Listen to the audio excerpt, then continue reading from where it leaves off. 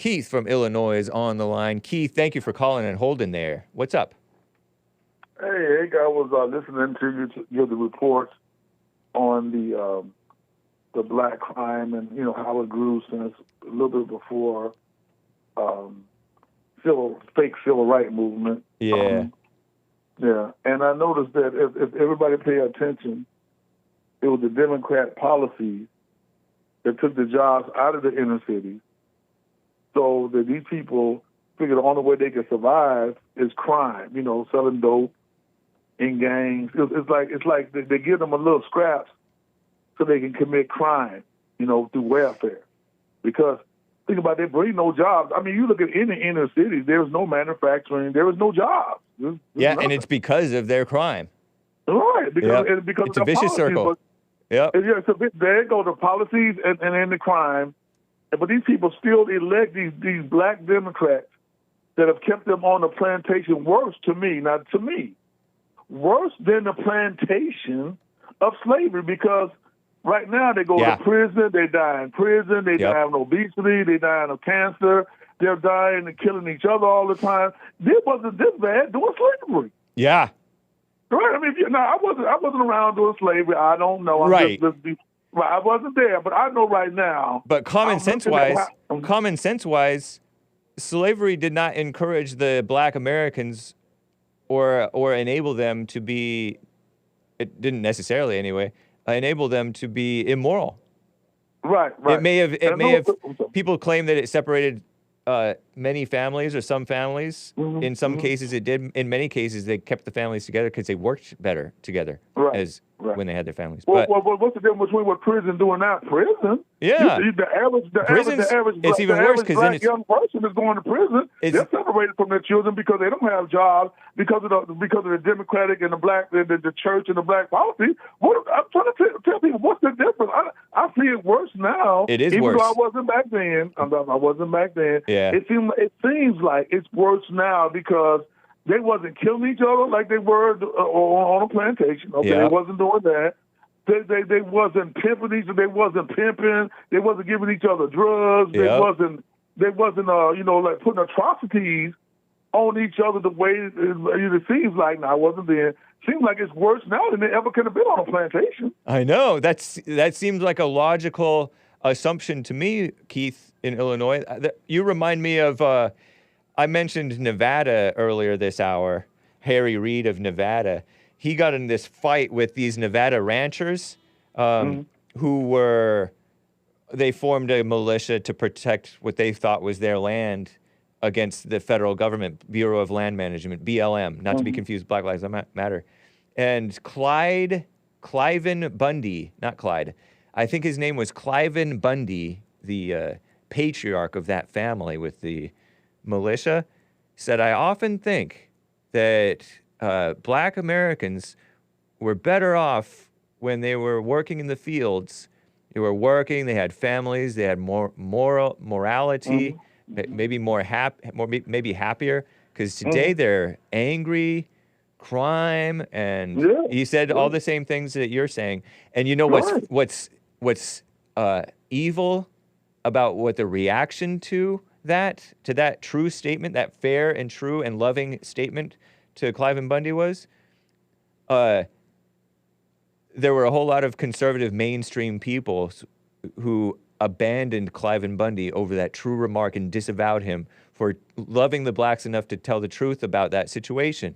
Because blacks love to cry about how evil slavery was as if they have any clue. They have no firsthand experience, nor any common sense. Sean Hannity, and I like Sean Hannity. Glenn Beck, and I like Glenn Beck. Those guys abandoned Cliven Bundy over that. They were with him. They were like supporting him. They're like, yeah, you got your individual land rights over the evil government. But they abandoned him because he said something about the blacks that the blacks got angry about, and the mainstream media pretends it was a racist statement. It was a loving statement. Right. Yeah. That's what they do. It's just like blacks can go down to the Democrats and in their inner cities or their government and say, hey, we want better schools, we want trade schools, we want better infrastructure, we want, our children to be educated. The Department of Education has failed this country ever since it was invented by Jimmy Carter, a Democrat, in 1979. Again, a Democrat. They took away all the trade schools. They took away all the trade schools. Oh, wow. That means the black man was used to working with his hands, right? Yeah. There was how many black plumbers and electricians and pipe fitters you see? Hardly any. Just hardly any. But back in the 70s, in the 60s, there were quite a few of them because, they worked in manufacturing or they had a trade. That's what they did for a living. Wow. So Jimmy Carter took that out. He took that out knowing what he was doing. In 1979, he took that out. He brought in welfare. Then they brought in crack. I mean, you can see the systematic, domino effect of the black family that was done purposely by the Democratic Party. They brought the black church in. They give them direction. They gave them the fact, give up. They took the masculinity out of the man's home. Yeah. I mean, you can see. It's so easy to see what happened because, I was there, but, you can just see what happened. And so now we have so many black men today, young black, they're in and out of prison. They commit so many crimes and so many of them in prison. Yep. I know somebody lives in Chicago, a police officer. They have to let them go. Like if they carjack you, they have to let them go because the Cook County is so full. They're trying to lock up more murderers than anything because so they get to come back out, hit you in the head. Yep. And remember, there's no jobs. There is no jobs in all these inner cities ran by these black Democrats. Like the police chief was black, the mayor's black. Yeah. Okay. But they bring no jobs, no opportunity, no new schools, no infrastructure, no trade. And black people, as soon as you go down there and demand some of these things for you and your community, all some black Democrat have to say is the word racism. And they go into a trance, and they go back, and then they go yelling at each other, talking about this racism holding us back, and then they have demonstrations. But all the black Democrats got to do is say that one word, and they forget what they came down there for. Yeah. They forget. Yep. Big Bump is saying it's similar to John Wayne's statements. Remember the great John Wayne, an actor in westerns who was yeah, definitely remember him. Yeah, I think he was a Christian. I think he was fairly conservative. He said that blacks had a better life here than anywhere else. Facts. Yeah. Now think about what I said about slavery. Like I said, I wasn't there, but think about what I said. Yeah. They didn't have, They were more moral. They were more moral. They worked together. They came together. They were workers. You know what I'm saying? Today's young people, they don't even want to work. So even if you brought back jobs, even if, if you bring them back, they're not going to work them anyway because they've been conditioned not to work. Most of them have high blood pressure in high school. They own dialysis in their 20s. Just the whole culture is just a culture of death and destruction. Yeah. And then they will the liberal media and the Democrats will always promote, some rapper that promotes wickedness, death and murder and prison and debauchery. That's who the Democrats and the liberals promote, those kind of people.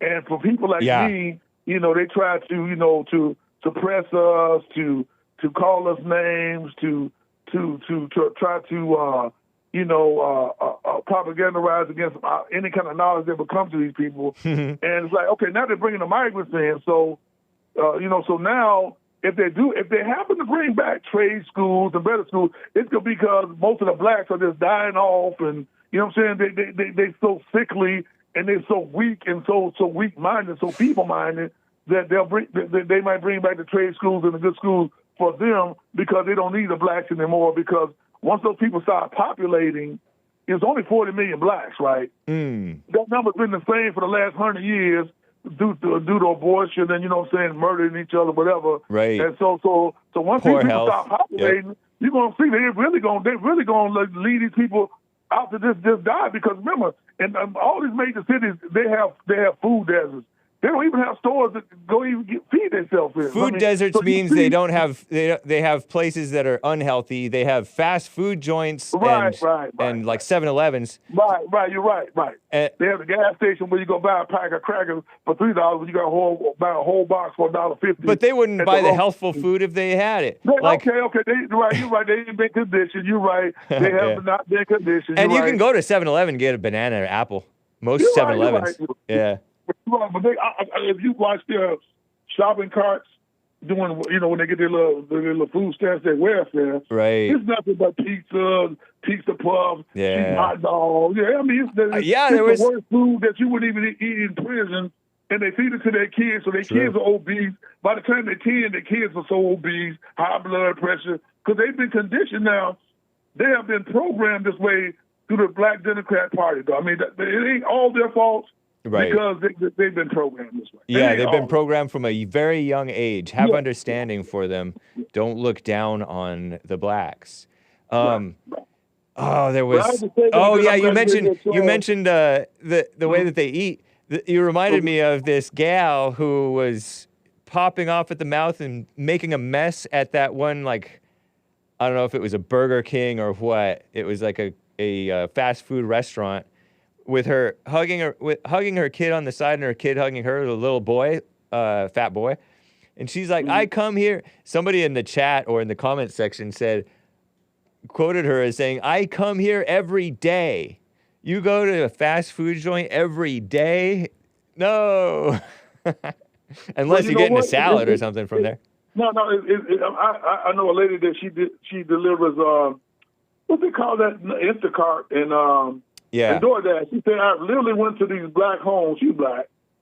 And she said, I'll bring a big old gallon of juice. I mean, not juice like, corn syrup, not like apple juice, but that cheap soda or whatever. Juice. Okay, yeah. And a big bag of chips. And this big old fat dude sitting on 20-something years old, sitting on the couch, weighing 300 pounds, look like he's about to die of a diabetic stroke or heart disease at any moment. So he's too fat to go walk down the street and get it. He has DoorDash bring it to the house. I mean, that's just a black culture that's getting so out of hand and so deep in despair and into hell. Yeah. That and nobody's doing that. And another, I tell you all the time, black people always waiting on a politician or entertainer to save them when they can save themselves. They have been conditioned by the Democrats and the liberals, like, just keep waiting on this savior. We're going to give them to you. It's like been over 100 years, I know, but just keep waiting and waiting and waiting. Because they done got so lazy-minded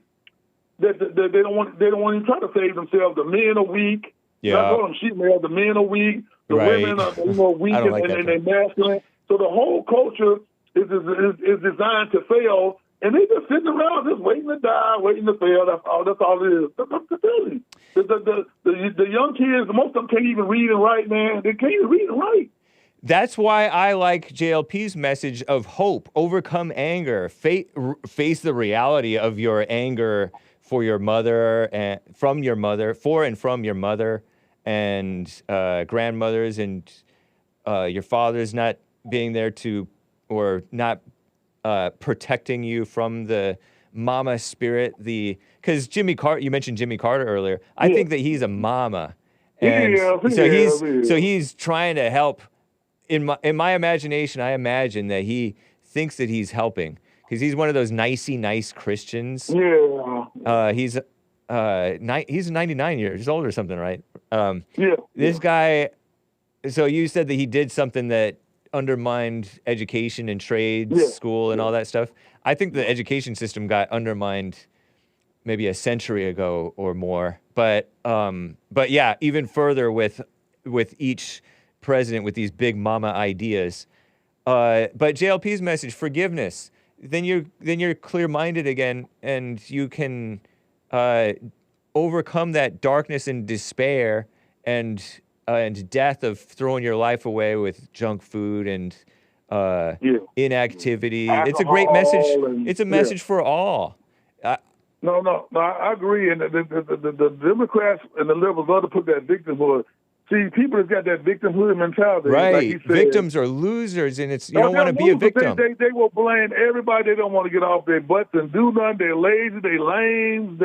They're weak. They're pathetic. So the Democrats and the liberals give them this delusion that it's not their fault. Just stay there and complain. Stay victim-minded. Don't ever become a victor. You know what I'm saying? Right. Stay victim-minded, and that just leaves them in their death and their misery, because anytime you have a victimhood mentality, that means that Satan is your God, and you are ruled by these evil spirits because you would sit there and die in misery instead of get off your butt and do something about your situation. Yeah.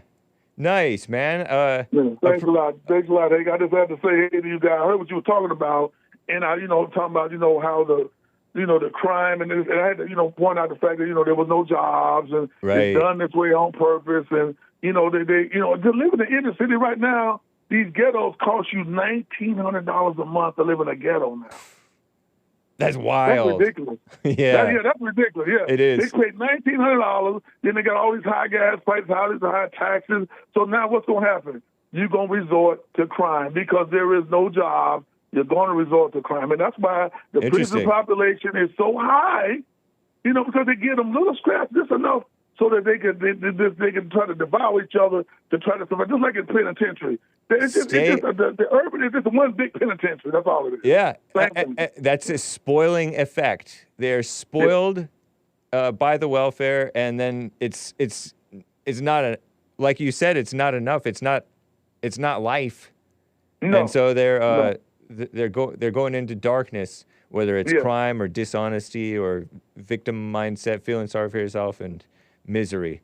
It's corrupting, and it's a trap. They call it a welfare trap. Yeah, Crazy. Yeah. Thank you, Keith in Illinois. All right. Thanks a lot, guys. You take it easy. Hey, talk to you soon. Yeah, you too. All right. Bye. And shout out to the blacks. Nice.